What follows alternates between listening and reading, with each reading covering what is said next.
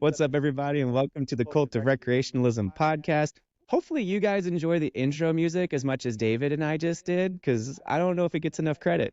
Dude, that was like Ron Burgundy on the Yaz flute. I like that. Uh-huh. It's funny because we've had like guys who like compete at the tactical games and stuff come in, like jujitsu guys with the cauliflowers and all, and they're like, "Man, I'm really vibing to this." But yeah, so guys, I'm Nathan Morris, and today on the show we've got David Colturi. Did I pronounce that right? You did. It's Colturi. Some people do a little Colturi. OU, but yeah, you got it. I grew up in the Midwest, so it's yeah. But yeah, I realized it's like that was one of the questions I had for you beforehand, and I forgot to ask it. So, but yeah, guys, David is a professional cliff diver. He is a speaker. He's a performance coach. He's a two-time USA diving national champion. He has collegiate accolades out the wazoo. Welcome, David, to the Cult of Recreationalism. Thank you so much for having me, Nathan. I really appreciate that. You know, at some point I want to get your list of accolades because, you know, I like we said, I talked to Lexi. I know Sean pretty well at this point, but I don't really know where you came from or how you fit into this. You're also a Midwestern. You grew up near the area? I grew up in Missouri, right outside Kansas City. Nice. Okay. So yeah, on the Kansas City side, which a lot of people don't realize, that's where the Kansas City Chiefs and the Royals are from. Yeah, I grew up in Missouri, went to college in Missouri, and then bounced around a little bit after that. I live in Denver now. So moved out here right after school for an internship, ended up moving to Chicago, found a full-time job there, lived there for a year, came back out to Colorado, worked at that same company I interned at. Culture had changed a lot in the year I was gone. They were acquired and it changed a lot. So I stuck that out for about 9 months to a year, somewhere around there. And then left, started working freelance, started coaching at that time as well, CrossFit. And then, yeah, coached and worked freelance for a while. Ended up taking a job in Southern California for a little bit, which is where I met Sean. Oh, nice. And then worked there for about a year and a half to 2 years. Moved to Dallas for a summer, which was really hot and really humid. Moving to Dallas in late June. Yeah. I don't recommend it if you're not ready for it. And then went through some like work-life changes, stuff like that. So I moved back to Colorado the end of 2017. Been here since. Okay, so. Cool. Oh, nice. Yeah. And I bet being near the mountains was a good place to be for the pandemic and everything. It was a good spot. Yeah. Yeah. Good spot. I own a CrossFit gym. That was not a good spot to be in during the pandemic. That's tough. But yeah, we got through. So we're good. Okay, cool. But, okay, yeah. So yeah, the CrossFit space makes sense and how you met Sean and all that. And I've seen some of your lifting videos. Very impressive. So You've seen those? I've seen those, dude. yeah. You're like 225s overhead snatch. You're like online coaches looking for a little bit of help here. But yeah, not light stuff, man. Though those were impressive. I put that up just because like every time you post something like that, like all of the internet coaches come out. And so I was like, okay, internet coaches, give me your engagement. Let's boost my numbers. Let's boost my numbers a little bit. And then I forgot that like over the years I've been lucky and like have met a lot of like Pan Am champion, like Olympian, like actual guys who lifted Oli in the Olympics and all that. And like, so all of a sudden they're chiming in and I was like, oh no, what did I just do? I've opened the floodgates. Yeah. Oh, that's awesome. And so you still own the gym in Denver? What neighborhood are you in?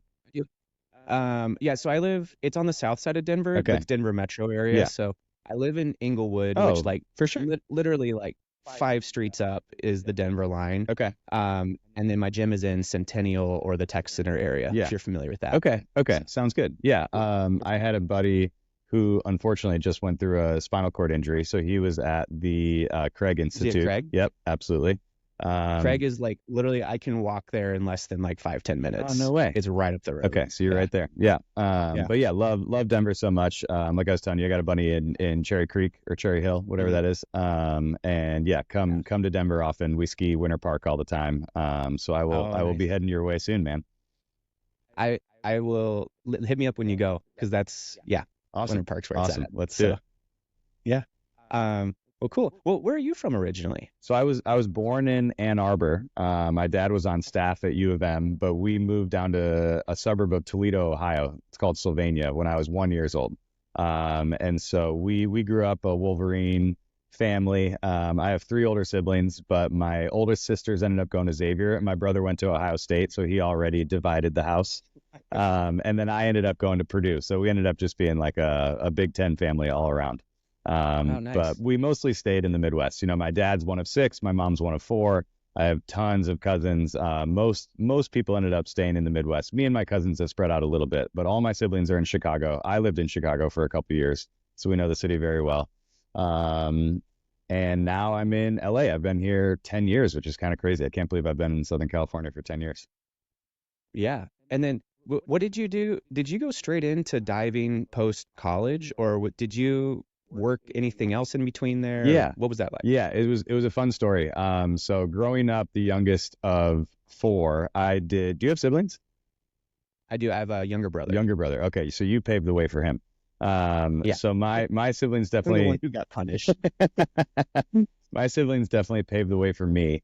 And by the 4th child, your parents, I would guess any parent that has that many kids, like, you just want to dump your kids off and have some time and space for yourself. So any activity that got me out of my mom's hands for a little bit was very welcomed. So I played all the sports I could growing up, which I'm so glad I did.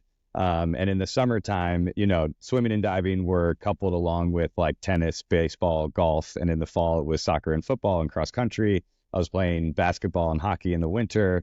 And everything kind of started back up again with spring, summer. So I loved playing everything, and I'm glad I didn't specialize too early. You know, a lot of people talk about specializing at an early age if you want to be a mega champion at anything. But I think it is really important to develop overall skills and athleticism throughout your adolescent years. And so I didn't really specialize in diving and commit to it year round until about high school. And so from then on, I loved diving so much. It was the one thing that I really attached myself to. And I just loved the feeling of like flipping and twisting, flying through the air. It was a blast.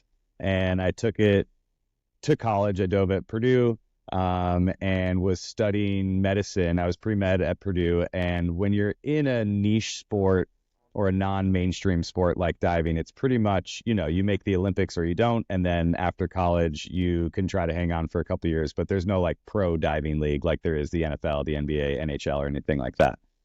So I thought I was pretty much done after college, but I took a pretty hilarious and very interesting circus job at an amusement park about 40 minutes west of Purdue. And this was back in the day, like in the 50s and 60s, this was the bee's knees of water parks in America. Like Jefferson Airplane. So Cedar Point's in Ohio, near where I grew up. I grew up like 45 minutes west of Cedar Point, but this was called Indiana Beach Amusement Park and Resort. And the word resort is used very loosely here. But back in the day, I'm sure it was like epic because, yeah, like Jefferson Airplane played there, Janis Joplin, all these mega hits. And like in the beginning of amusement park, water park culture, this was one of the huge spots to go to. But as it... The word water park culture, like that's, I've never heard that phrase and I love it. Well, nowadays, like I don't know what you think of when you think of water park culture, but back in the day, it was probably new and epic. You got roller coasters and people are on the water with boats and stuff. So, I mean, this was the oldest, longest running ski show in all of America. It started like in the 50s, and I joined in like 2011. And so this thing had been going for 60 years, and there's a history here. And so it had... Unfortunately, the park had just kind of changed hands a bunch of times and people didn't put a lot of money into it. So it was kind of falling apart. But we still had the stunt show. And it was this like 20-minute, they called it Bad to the Bone. We would come out to just like classic rock songs. And the high dive song was Stroke Me by Billy Idol, which was hilarious. And yeah, it was just these like series of stunts with like water skis, wakeboard, boats, jet skis, and diving. And this was the first time I had ever been above the 10-meter platform, which is the traditional Olympic height for platform diving. And I kind of fell in love with the sport that I had been doing already for 16 years. And it was this cool thing where it wasn't competition. You were just having fun performing. You were learning some of these crazy stunts. Like we did a very low grade fire dive where I would basically just like dip a towel in gasoline and throw it on my back and light yourself on fire and stand there for a little bit and then jump in the water.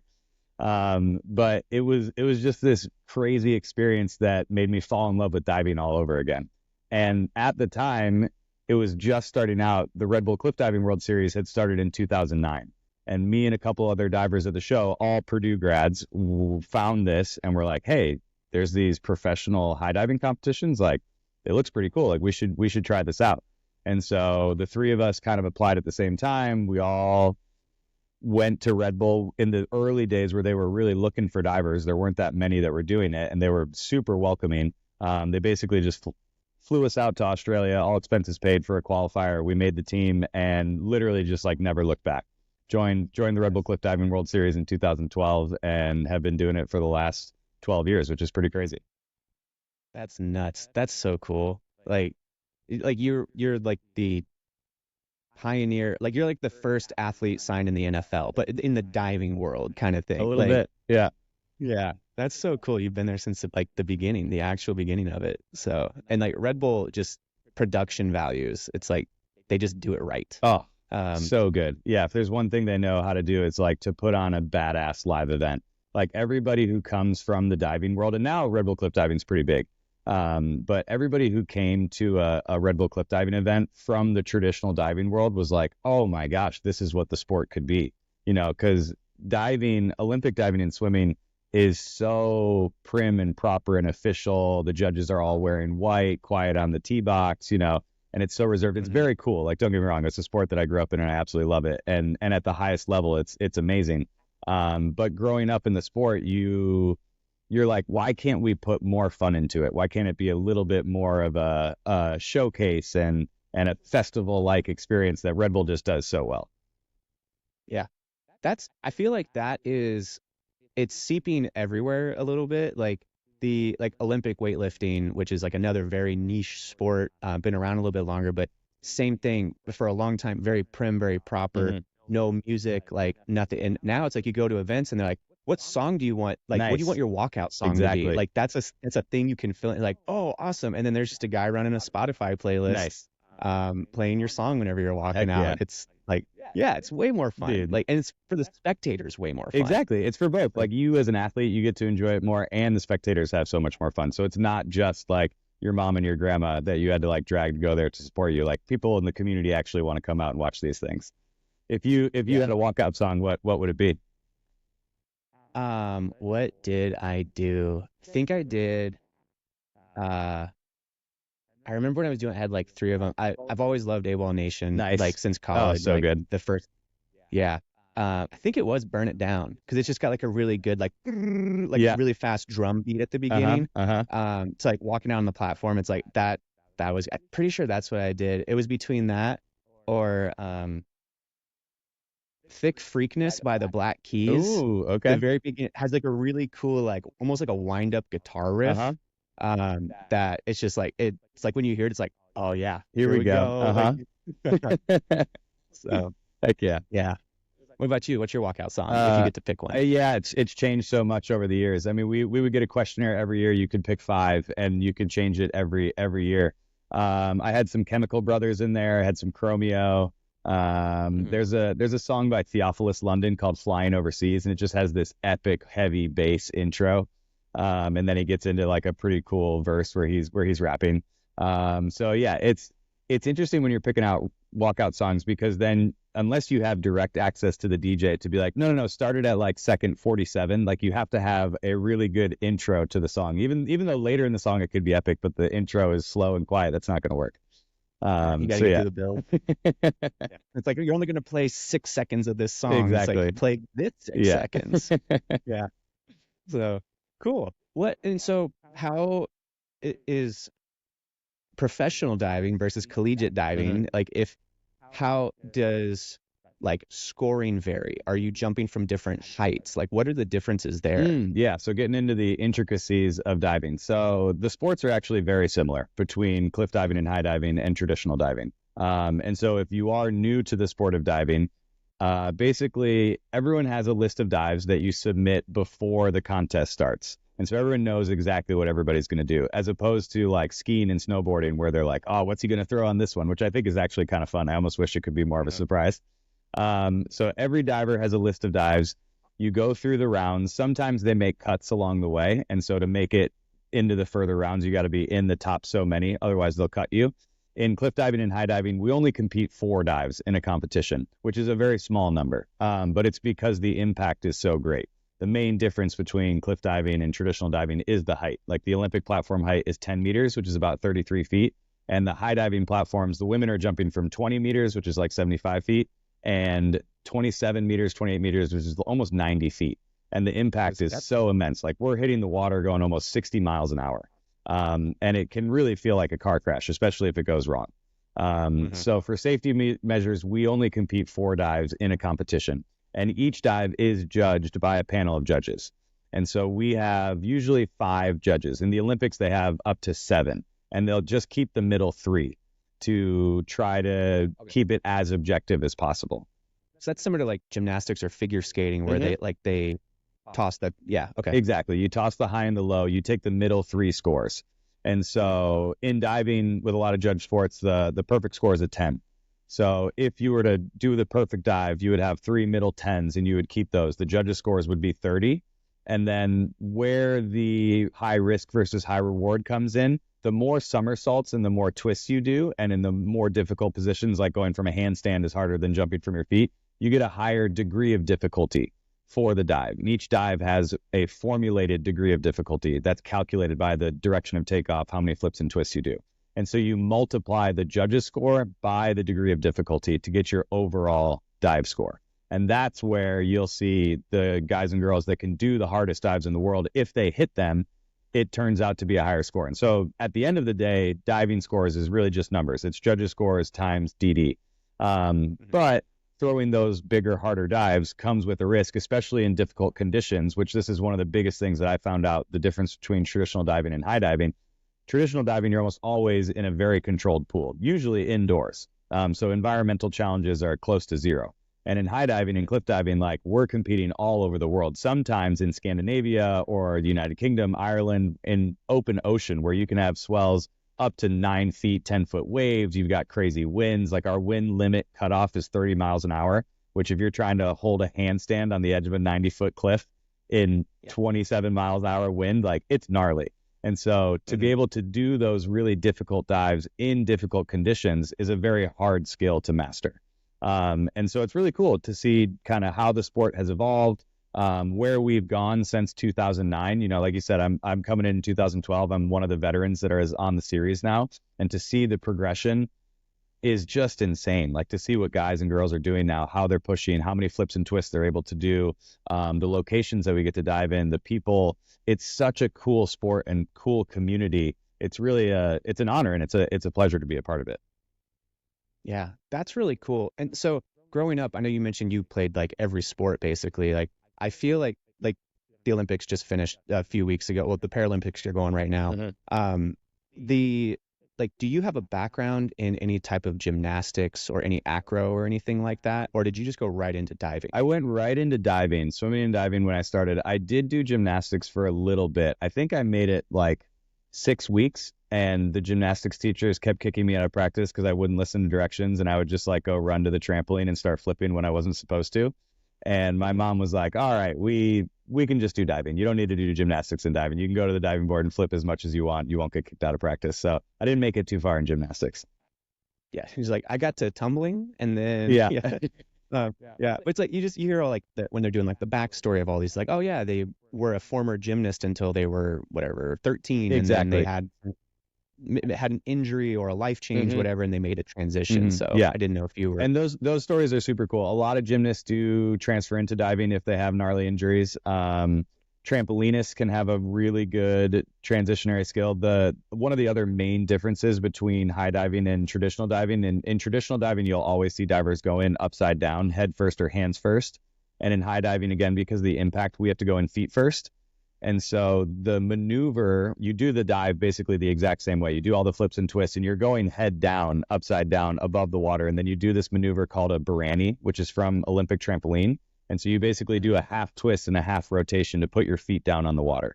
And so the few high divers who have come into the sport with a trampoline background do very, very well, because that last maneuver, the entry maneuver, is something they've already practiced thousands of times. Yeah. just that body control and awareness and all that. That's Yeah, nuts. I was going to ask you about the foot first and if that was because of impact. exactly. Yeah, Yeah. that, yeah. My cliff diving experience goes back to like a river in southern Missouri. Nice. Like we were tubing, climbing, like, oh, there's people up there. My parents like, don't do it, don't do it. Brother and I let them get a little bit farther down. We go back up and Nice. There you where have you go. guys been? Like, oh, we pulled off. I had to pee. Like, Yeah. just Definitely didn't jump off the cliff. Definitely didn't do that. definitely didn't Yeah. jump off. No. And so you ski or snowboard now?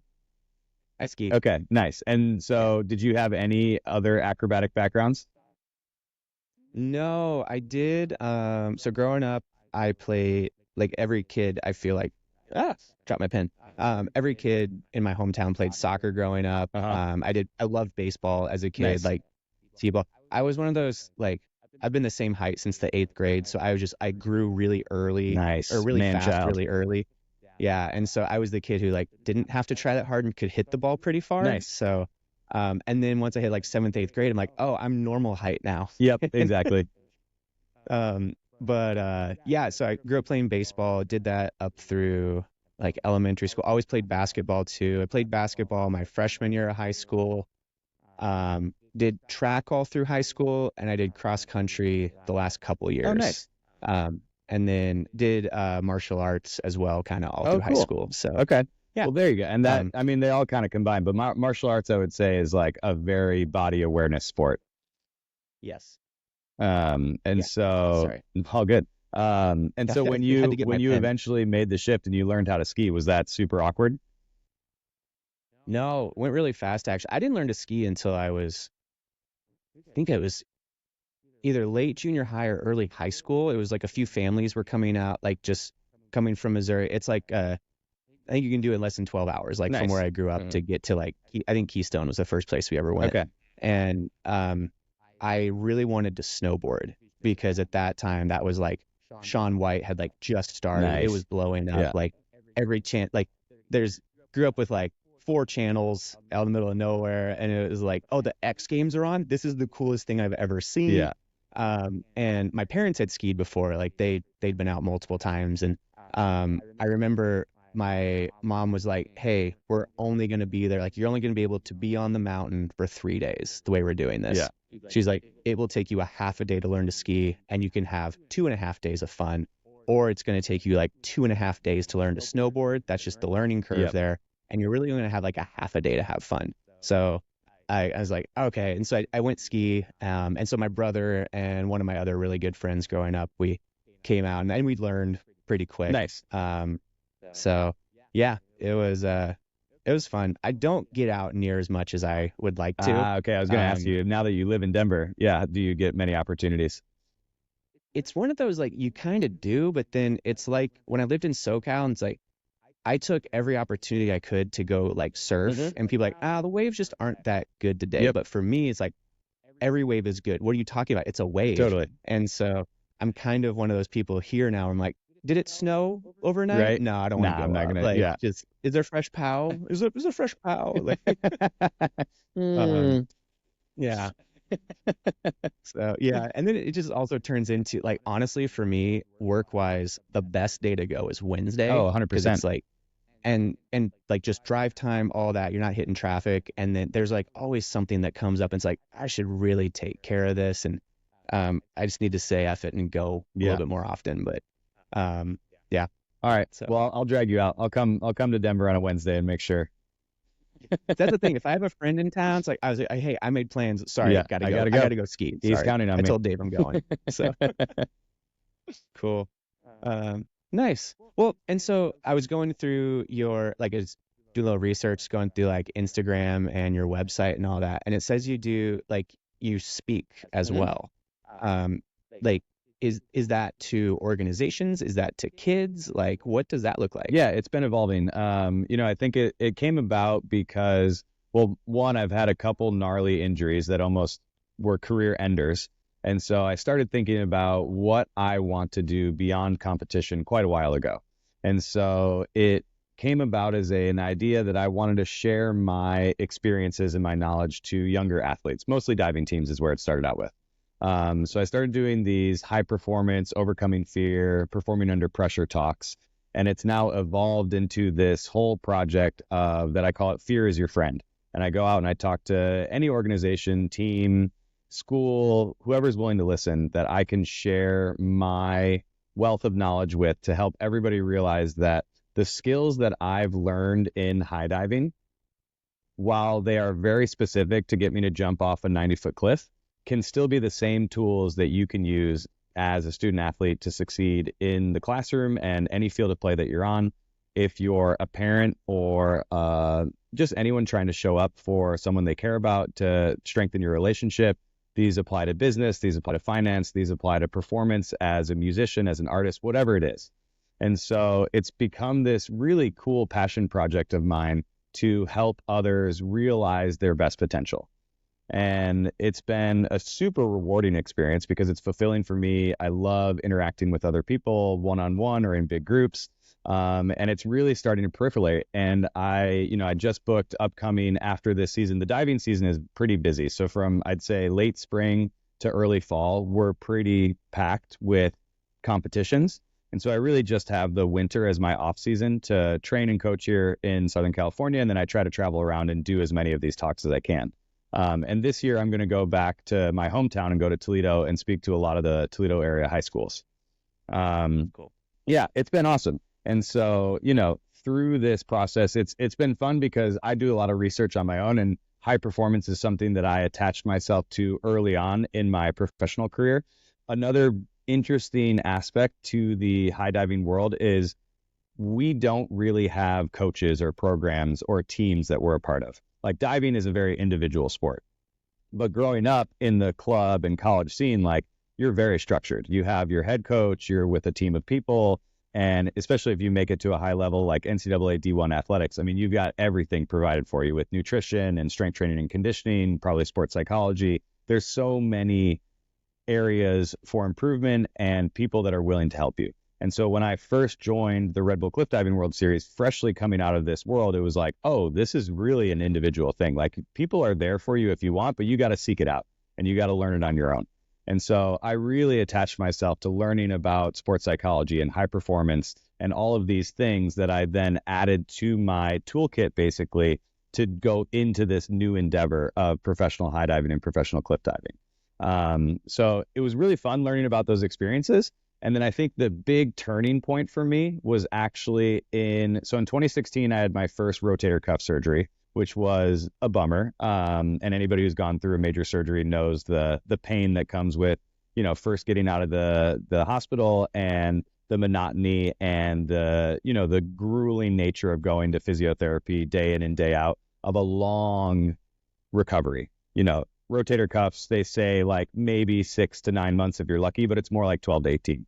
And so pushing through that was a big thing, and just learning about, what do you do when you have this downtime and what can you focus on to still improve when you're not able to go out and do the things that you want to do? How do you make this obstacle an opportunity to get better in other avenues?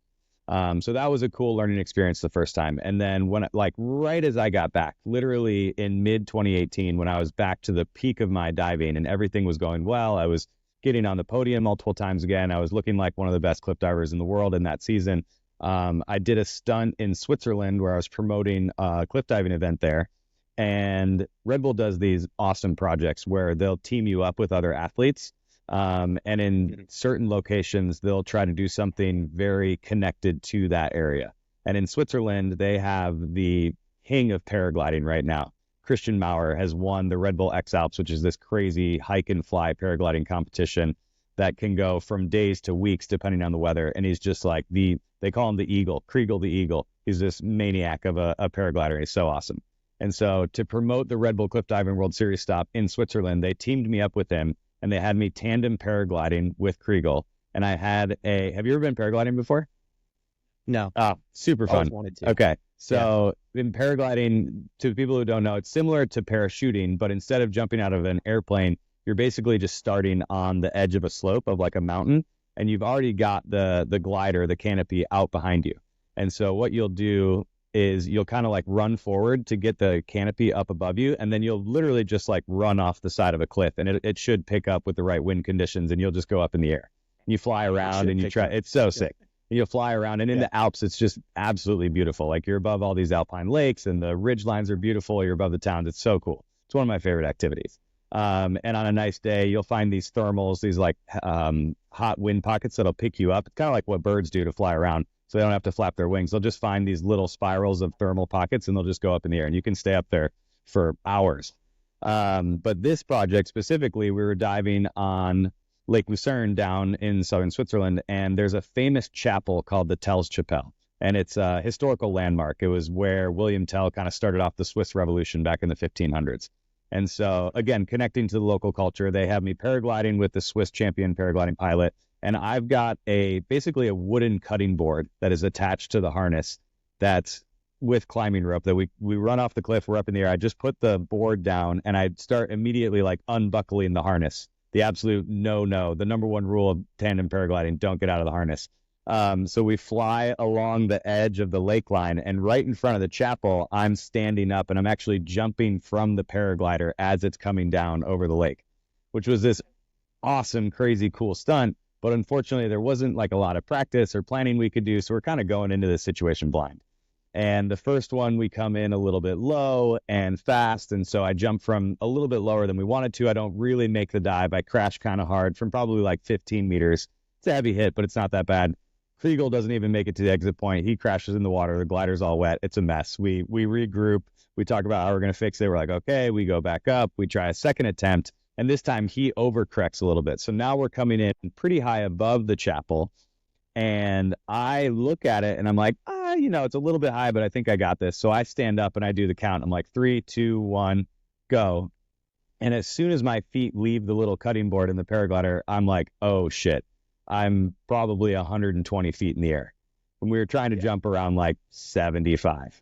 And so I had grossly underestimated how high I was above the water. And so again, with so much space, and I didn't do a great job in the air, I'm coming down. I'm about to belly flop. And so instinctively, I just kind of like roll over on my left side and just take it all from like basically my midsection down to my knee. I just have this heavy crash in the water. Almost pass out. Our project manager is in the water, is like holding me so I can catch my breath. We get to the side. We're like about to call it, this isn't worth it. Like, let's just make sure we're safe. And like, no, I think I'm okay. Like, let me regroup.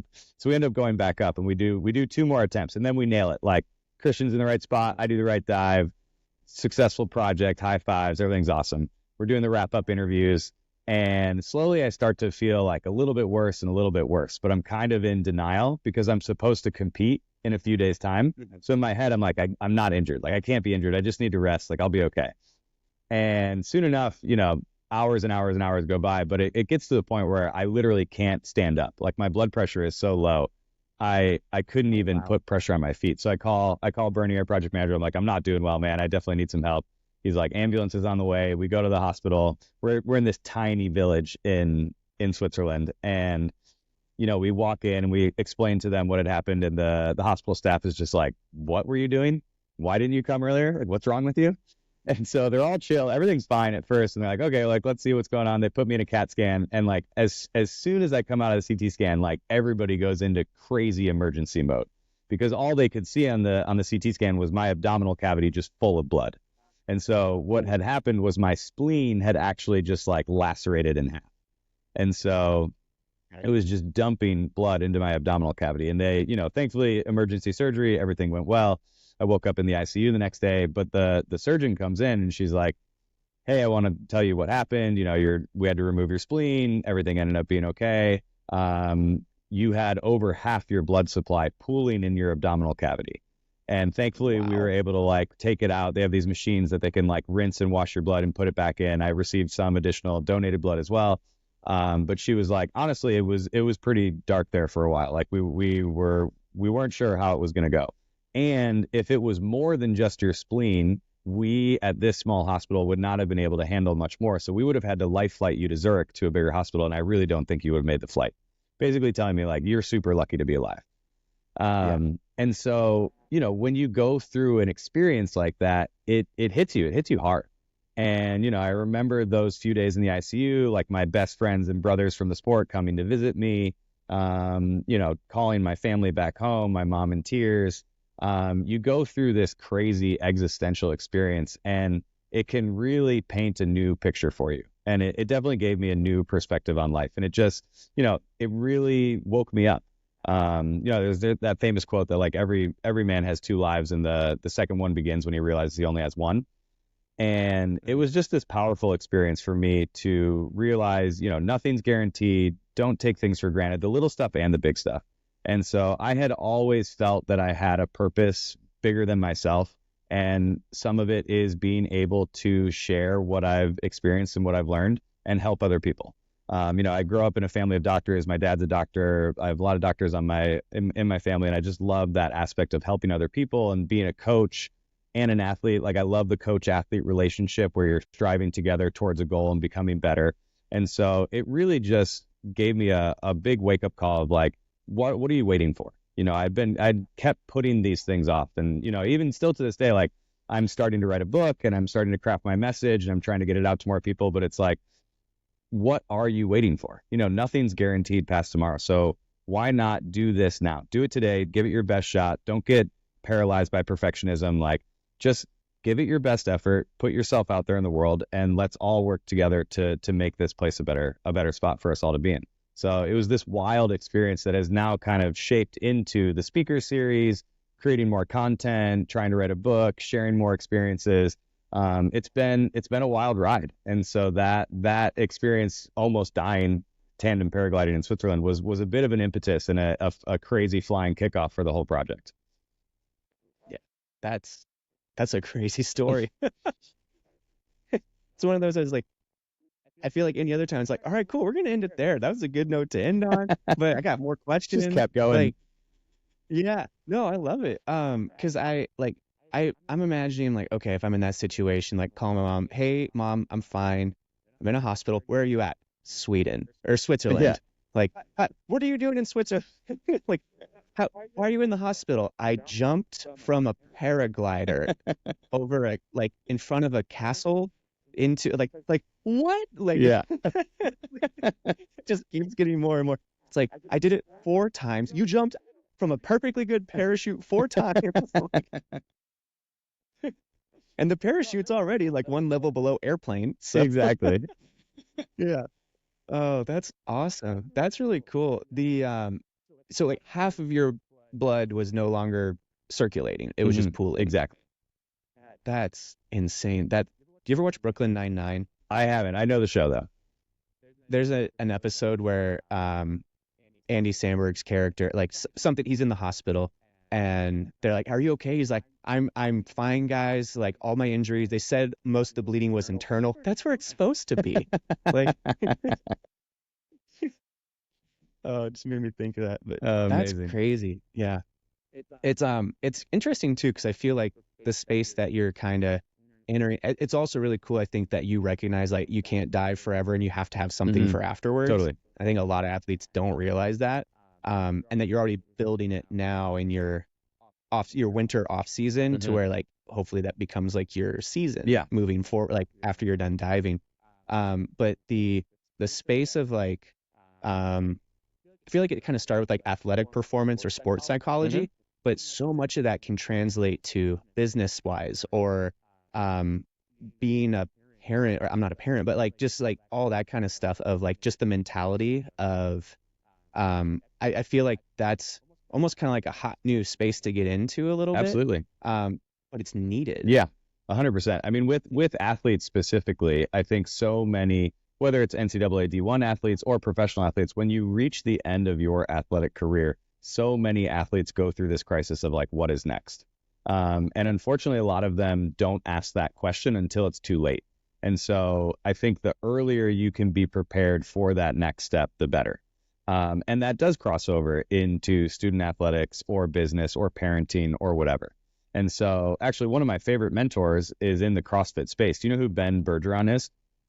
Yeah. So CrossFit, of course. Yeah. Absolutely love Ben. Obviously super successful coach with Katrin and Matt. Loved his book, Chasing Excellence. It's one of my all-time favorites. I've read it multiple times. And his podcast with Patrick, their podcast, Chasing Excellence, also named, is super great. And so there are a lot of principles and frameworks that I draw from him that I apply to my diving, and then the talks that I go out and give. And so building, we do this so well in business. This is something he talks about, where business planning is such a regular thing. It happens at least on an annual basis. And I'm sure you guys do it with Bubs. I'm sure people do it all over the place. Having a framework of this is where we are, this is where we want to be, and this is how we're going to get there. And we're so good at it in business, but most of the time people leave it there in the office, and they don't come home and do it in their personal lives or in their interpersonal lives, in their relationships, or with their academics, or with whatever they truly care about, And so when we reach the end of our life and those classic deathbed regrets, it's like, I spent so much time on my career, was so successful in X, Y, and Z, but these were the things that I left out. These were the things that went unnoticed, or these were the things that I didn't pay attention to the details. And that's the stuff where if you can bring awareness to it early on and you can start planning for these things, that's where you can have this joyful, fulfilling, passionate, purpose-driven life from an early onset. And that's what I'm really trying to get other people to realize, with these crazy experiences of me almost dying jumping off a paraglider, or these awesome, cool cliff diving experiences traveling around the world. This is the stuff that I've realized, thankfully in my mid-30s, that are going to hopefully help pave the way for me to have a passionate and purpose-filled, joyful, fulfilling life. And also you and everybody else out there. Yeah. It's like everybody can use some level of coaching. Mm-hmm. And if it's just a little and coaching, it depends totally on the athlete, or just the adult, of some people need hey, you need to do this. Mm-hmm. Or it's did you do this today? There's just different ways that people respond to coaching. Totally.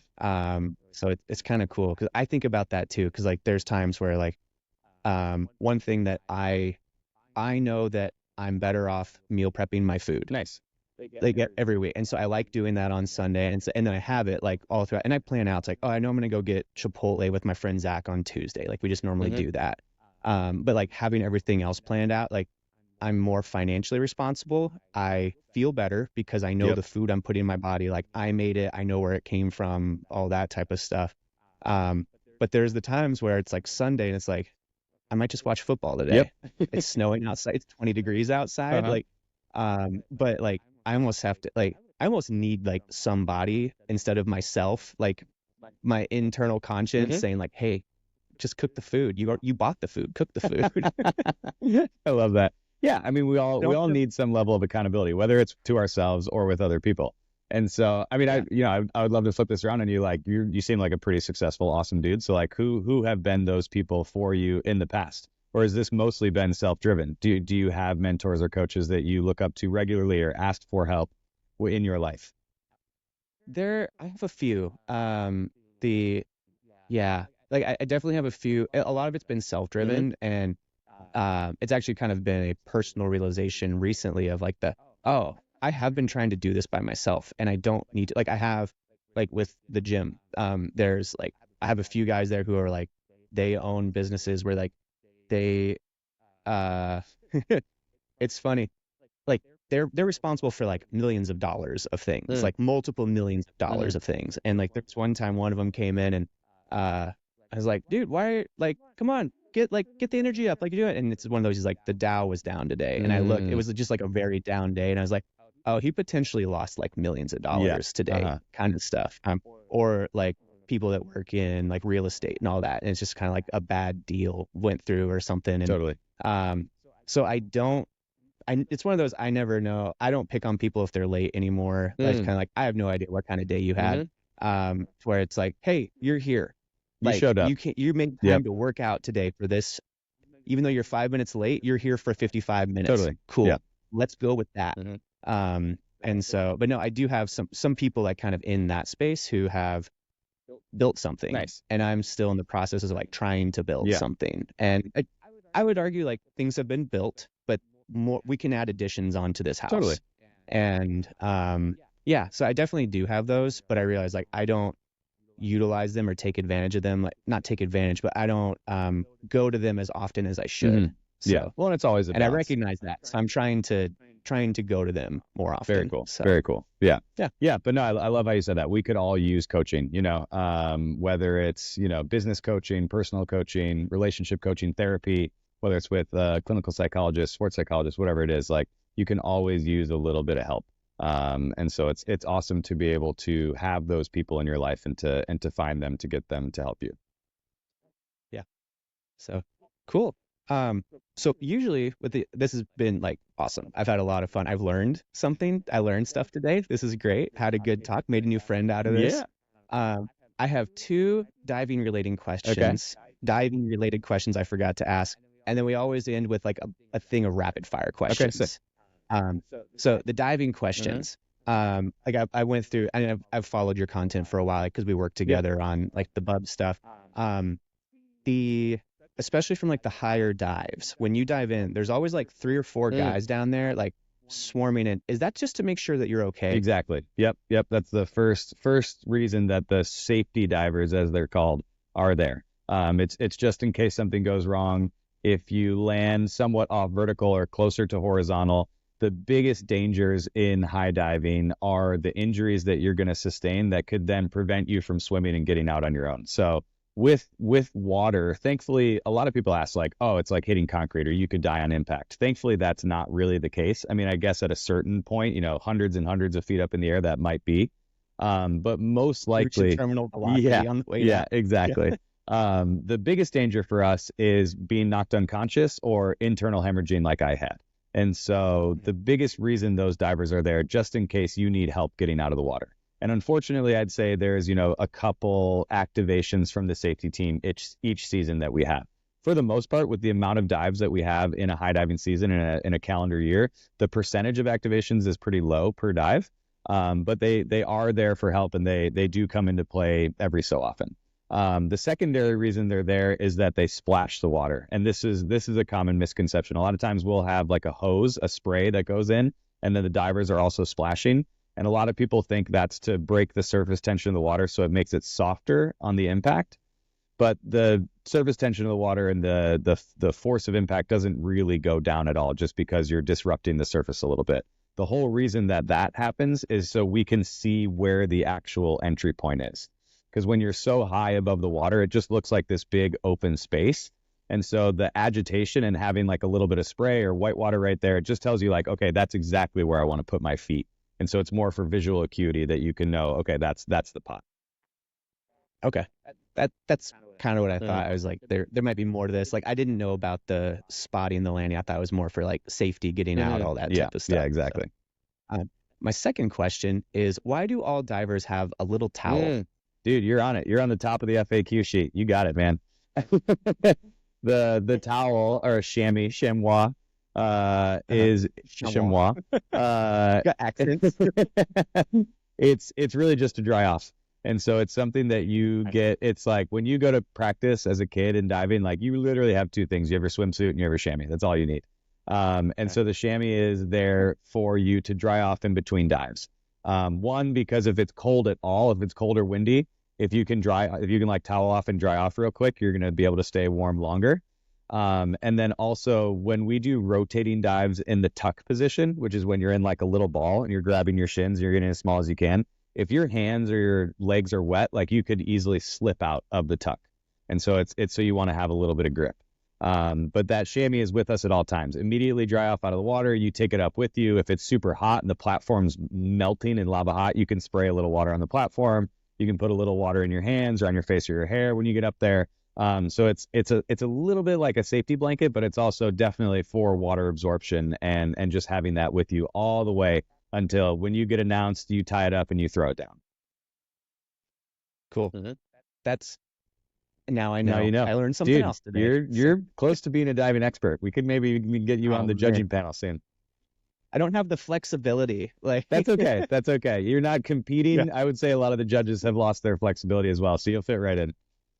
All right, perfect. Cool. All right. Well, I'm gonna go into the rapid fire stuff then. Sweet. All right. So just do me a favor, David. Clear your mind. Close your eyes. If you're listening to this podcast, you don't close your eyes, especially if you're driving.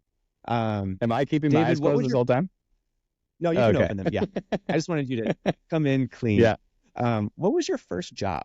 First job was lifeguard and diving coach. How old were you? I was 15.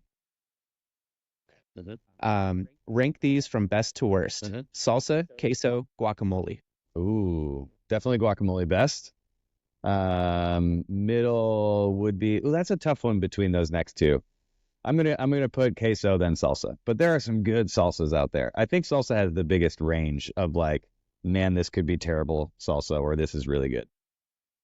See, and I feel like queso, it's either like there's no range. It either is good or it isn't. Exactly. Yeah. Guacamole, it's like even if it's bad, still probably good. Yeah. So I mean, unless it was like 2 days old and it's brown, but if it's fresh, it should be good. Yeah. it's been in the fridge for a couple days. Yeah.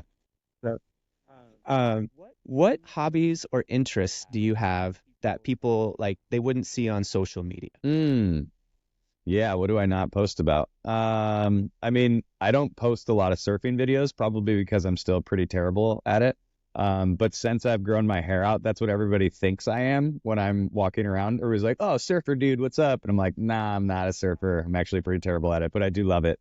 So surfing's up there. I've recently attached myself to like mountain sports, mountain biking, paragliding, hiking, all that kind of stuff. I do post about it sometimes. And now that I'm getting in that space of content creation, writing, speaking, you get a little bit more of that side of reading, researching, writing, all that. What don't I share? I'm a pretty terrible dancer, but I like to dance. And so I would like to take a class at some sort, you know. If it's not the best dip in the chip, I might take a salsa class and learn how to salsa or bachata or something like that. So that's the next one that we're gonna go after. There was a collab reel. If you guys go check out the Bubs David Colturi Colturi, not Colturi. If you go check those collabs, there was one where it was him dancing, I think in Italy. It was at a wedding, like towards the end of one of those reels. So yeah. What's a mantra or piece of advice that you heard a while ago that you like think about often or you kind of live your life by? Ooh, I love this. There's so many. And you know, when I was listening to Sean's recent podcast on the Mic Drop podcast, he talks about the man in the arena quote from Teddy Roosevelt, which is like one of my all-time favorites. And I wish Sean was here. Mad shout out to Sean. Love his story and his background. And if people don't, if you're new to the podcast or if you're one of my fans who doesn't know much about Bubs, like go back and listen to the Mic Drop podcast with Sean Lake, because his story and his connection with Glenn and Glenn's story and what they did together, what Sean did in the wake of Glenn's death and how he started the company and the foundation and seeing through his legacy with the insurance policy all the way through, like just absolutely amazing stuff. So can't give enough of a shout out to Sean and what he's done. But the quotes that I live by, do I have to give you only one or can I give you a few? Give me a couple. Yeah. Okay, cool. So the one I know I said rapid fire, but it's more just conversation. Now I'm like opening the door. Sorry. Yeah, you're good. So definitely the first one that I attached myself to, like after those major injuries and when I was kind of like reinventing myself and trying to not take things for granted. The first one that's at the top of my fulfillment framework and that kind of like guides me is Aristotle's famous quote of excellence is not an act but a habit. We are what we repeatedly do. And so to not think about those like major heroic moments where we show up and we try to be excellent like sporadically throughout the year, but it's actually the little stuff that counts and making sure you do everything as excellent as you can. And then when you talk about how you go about in this world, I think it's attributed to Jim Carrey, but it was in an email signature from a friend that I saw, that how you treat other people is the most important currency there is. And so I think in this business capitalistic world that we get so driven by numbers and finance and success and stuff like that, I think sometimes we forget that we don't need to work at these zero-sum games, that we can all build each other up, and that the purpose of this is to really bring everybody up to the top, and we should really try to treat others the way that we want to be treated. And then if you are into further like longer quotes like that Teddy Roosevelt man in the arena quote, there's one by George Bernard Shaw that talks about how he wants to be thoroughly used up when he dies. I've got it in my notes section, so I'm not going to pull it up and read it for you. But he's talking about how life is no brief candle to him, and it's a splendid torch that he has the honor of holding on to and then passing on to future generations. And the harder you work, the more you live.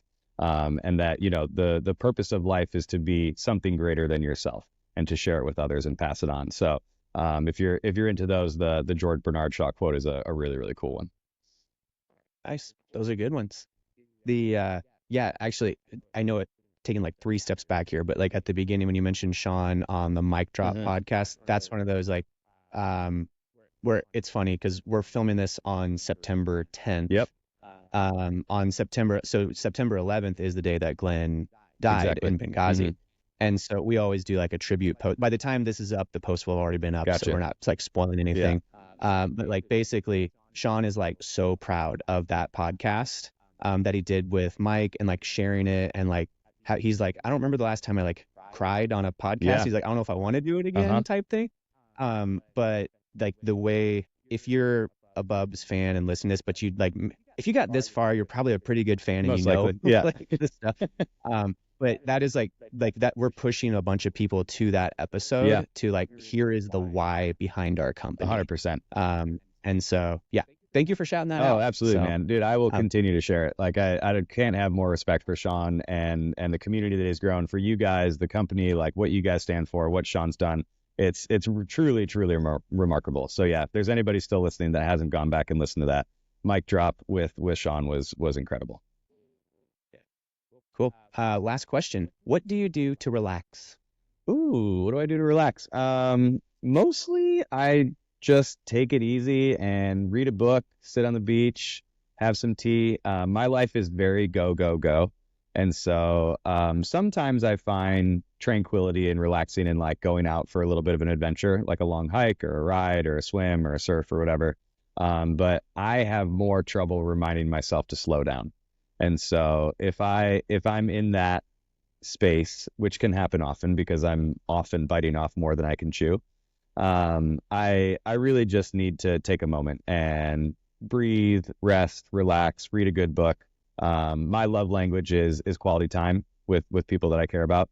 And so that's what I need to remind myself, to just slow down and enjoy the moment that I'm in. So reading and connecting with people that I care about is up there. Love it. That's awesome. Yeah. Do you know, quick rapid fire question to you. Do you know what your love language is of the 5? It probably like 5 years since I took it. And then actually, this is a really good, receiving, it's quality time and physical touch. Okay.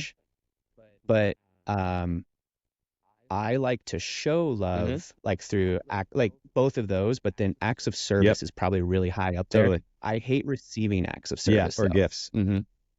Yeah. Like I don't like, well, it depends on the gift. Sometimes it's like, oh man, like it's probably because of quality time that we spent together. You understand why I love this gift.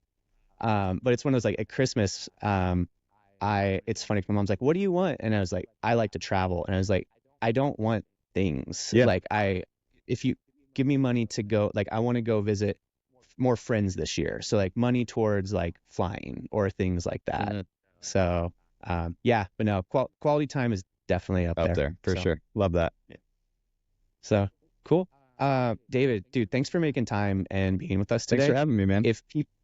If people want to learn more about you and what you're doing, or they want to follow you on Instagram or the diving series, where should they go? Where can they find you? Yeah, absolutely. I'm definitely most active on Instagram, and that's Colturi. My website, davidcolturi.com, is up and running, and it's improving every day. So projects and activations will be on there. And this speaker series, Fear is Your Friend, is coming out, and I'm trying to get it in front of more people every day.